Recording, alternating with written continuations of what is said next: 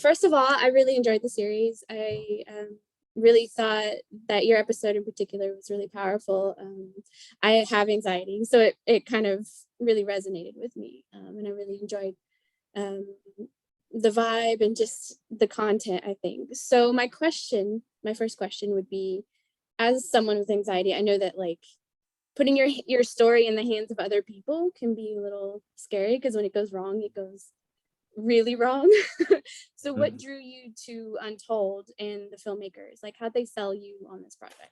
It was a perfect storm. It's a great question. It's a perfect storm. It was, obviously Netflix, somebody says Netflix and it's like, wow, everybody watches Netflix. They partnered with the Players Tribune, which I love as well. The Players Tribune is a phenomenal outlet for athletes to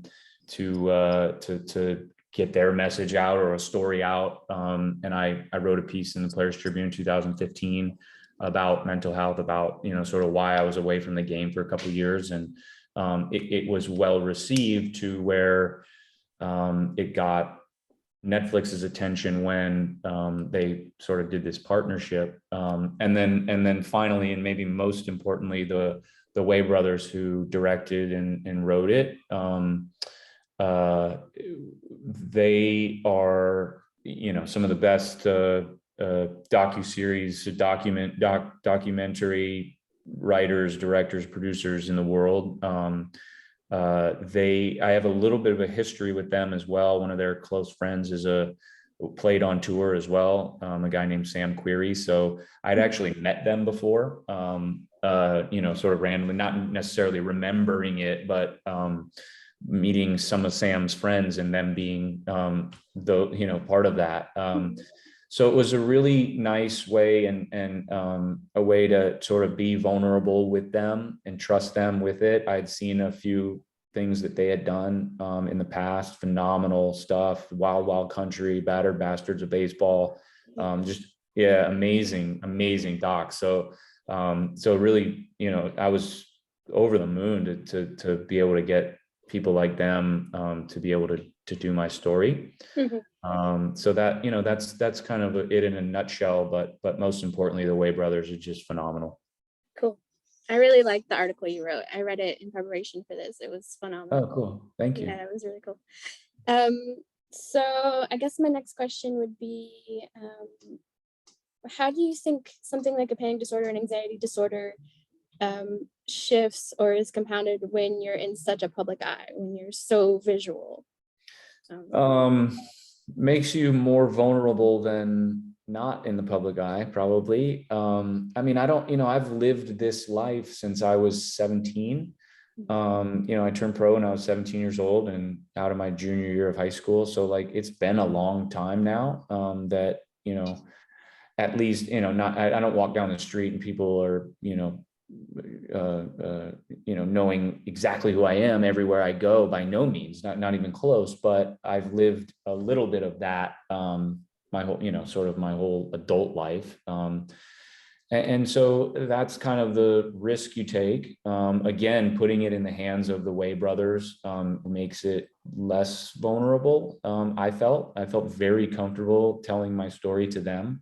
But to be honest, I felt pretty comfortable telling my story to anyone that wants to hear it, because most importantly, initially, it made me feel better. Like, it really did make me feel comfortable talking about mental health, talking about my anxieties and my issues that I had. It made me feel better, period. So I talked about it.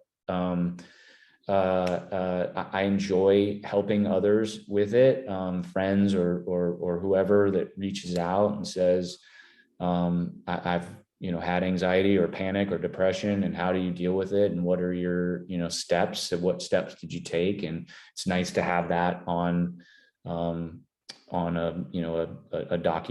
documentary as well, to give a success story to someone that may not have one to lean on.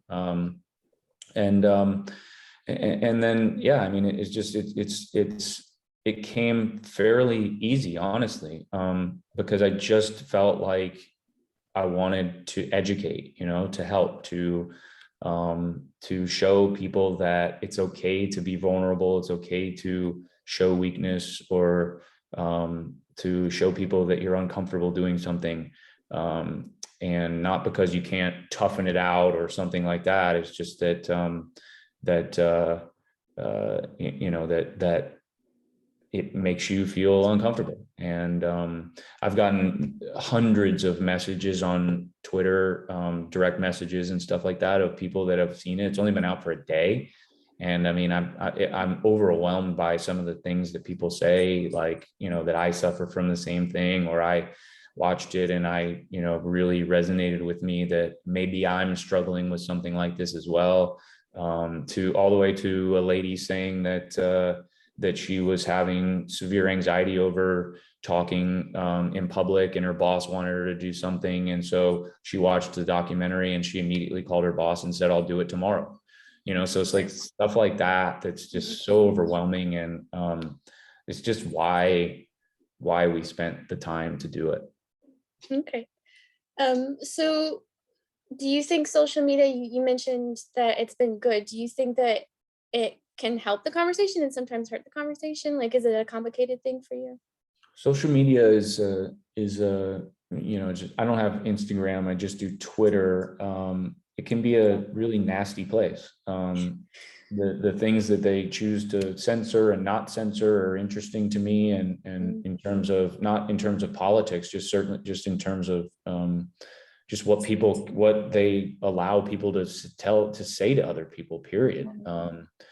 And so I think they need to, speaking of Twitter specifically, need to, really need to take a step back and go, are we comfortable with people writing things like this to athletes who lose a match or a game or something? Somebody's gambling on it and they lost and they should have won or something like that, and just going after them. It's disgusting. And so yeah, I mean, Twitter can be a really happy place, like I'm going through right now. And you can look at your mentions after a match like I used to, and really take it personally, and can be really uncomfortable.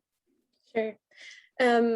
So I feel like Naomi Osaka and Simone Biles have been really like in the eye, and they've had a lot of Twitter armchair warriors trying to kind of weigh in on this. What would you tell people who are weighing in on these elite athletes such as yourself and them? Like, what would you want them to keep in mind before they weigh in? Yeah, but, well, maybe you're speaking probably of the negative, Yeah. weighing in. Yeah. I would highly advise them to get educated on mental health, because if they were, there's no way that you could tell me that Simone and Naomi would just rather not participate or not play or not compete, than feel like, oh, I just don't want to talk to the media today, or I don't want to, or, oh, I'm afraid I'm going to lose, so I'm just going to pull out. Like, you really honestly think that someone like Simone Biles, who's trained for the last 5 years for that Olympics and her entire life to get to the position that she's in, the greatest gymnast of all time, really think she's just going to pull out of the event, and not participate because she just doesn't want to lose? Like, I would just tell those people, like, they've obviously never had anyone close to them deal with mental health issues, anxieties, depression, panic, anything like that. And I would tell them to get educated and try and learn more about it, because it's prevalent. And if you don't know about it, you can really judge somebody pretty wrongly. Mm-hmm. Do you have a favorite resource that you could recommend people? In terms of mental health information? my doc. Your doctor? I don't have, I haven't partnered with a charity or anything like that, or foundation. Just telling my story and letting people take it from there. Watch Untold. Watch your documentary. There you go. So what ways do you think tennis could be better about accommodating mental health as a sport? Yeah, it's a good question too. The US Open is the first Grand Slam to come out with a mental health initiative, which I'm a part of, as sort of a mentor to other players if they're struggling or want to talk, or just want to chat about life, anything. We've had lots of conversations with the WTA, the ATP, their media, the ITF, which runs the Grand Slams, their media partners as well, to to sort of find a common ground where where athletes feel comfortable talking with the press. The ones that feel uncomfortable, maybe shorten it a little bit, maybe tailor the questions, things like that. But not to not do it in general or overall, just tailor it to where we can start thinking about the athletes and less about 30 people writing a story, having to write a story and getting 30 minutes or 45 minutes of questions in. Doesn't need to be that long. Right. Care less about the journalists and more about the people who Not are doing the that. sport. No, not that. No? I mean, I have great relationships with journalists and the media that I played with. I love those guys. They're a reason that we can play and people watch us and people read about us. It's just there's a lot of questions in there sometimes that sort of run over each other. There's probably ways that you can read transcripts of interviews and stuff and get a lot of information from there. So there are ways to get around it, Sure. but they're doing their job too. And so you need to, understand what the tennis media does for the player as well. Okay. My last question would be, what advice would you give to someone who might be in the position that you were this 2015? I think the support system is really important. Getting someone or some people around you that you can be vulnerable with, that you can tell them what's going on exactly, and they can have compassion and understanding for it. It's very important to get help in terms of a psychiatrist or a doctor. I went the way of medication. I thought didn't mess with my cognitive at all. It just took away there really is some great medication out there to take that can sort of start the process of healing. So I think support system, talking about it, being open and a little bit vulnerable about how you feel is super important. Awesome. I really appreciate you having this conversation and raising awareness and all that kind of stuff. It was really nice to see, and I definitely felt more seen. Thank So you. I really appreciate it. Yeah. Thank you for watching. I appreciate it. Yeah, and thank you so much for talking with me today. Pleasure. Be well. Talk soon. All right. Bye. Thanks.